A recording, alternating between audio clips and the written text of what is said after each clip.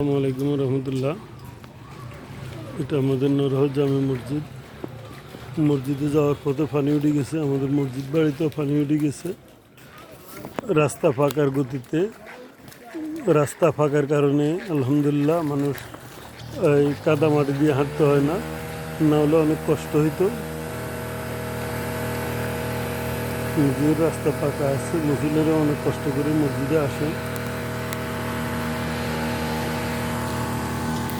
যা এটা আমাদের এলাকার মেইন রোড, যেখান দিয়ে আমাদের এলাকার দক্ষিণ সাইড মেইন রোড ডুবে গেছে, যেখানে মানুষ মাছ ধরে অনেক কষ্ট করে যাতায়াত করে, চলাফেরা করে।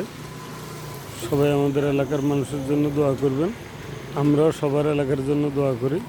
যারা অনেক বেশি ক্ষতিগ্রস্ত হয়েছে তাদের জন্য আরও বেশি বেশি করি। মহান আল্লাহ পাক যেন সবাই হেফাজত করেন। এটা আমাদের বাড়ি, আমাদের বাড়ির রাস্তাও ওই পাকা আলহামদুলিল্লাহ, যার কারণে এক কাদা আমাদের চোখে দেখতে হয় না। কিন্তু বাড়ির রোডের উপরে পানি উঠে যাচ্ছে যেভাবে, বৃষ্টি বাদল কম থাকলেও পানি ডে বাই ডে বাড়তেছে। সবাই সবার জন্য দোয়া করি, মহান আল্লাহ পাক যেন সবাই রহম করে। আমিন। আসসালামু আলাইকুম।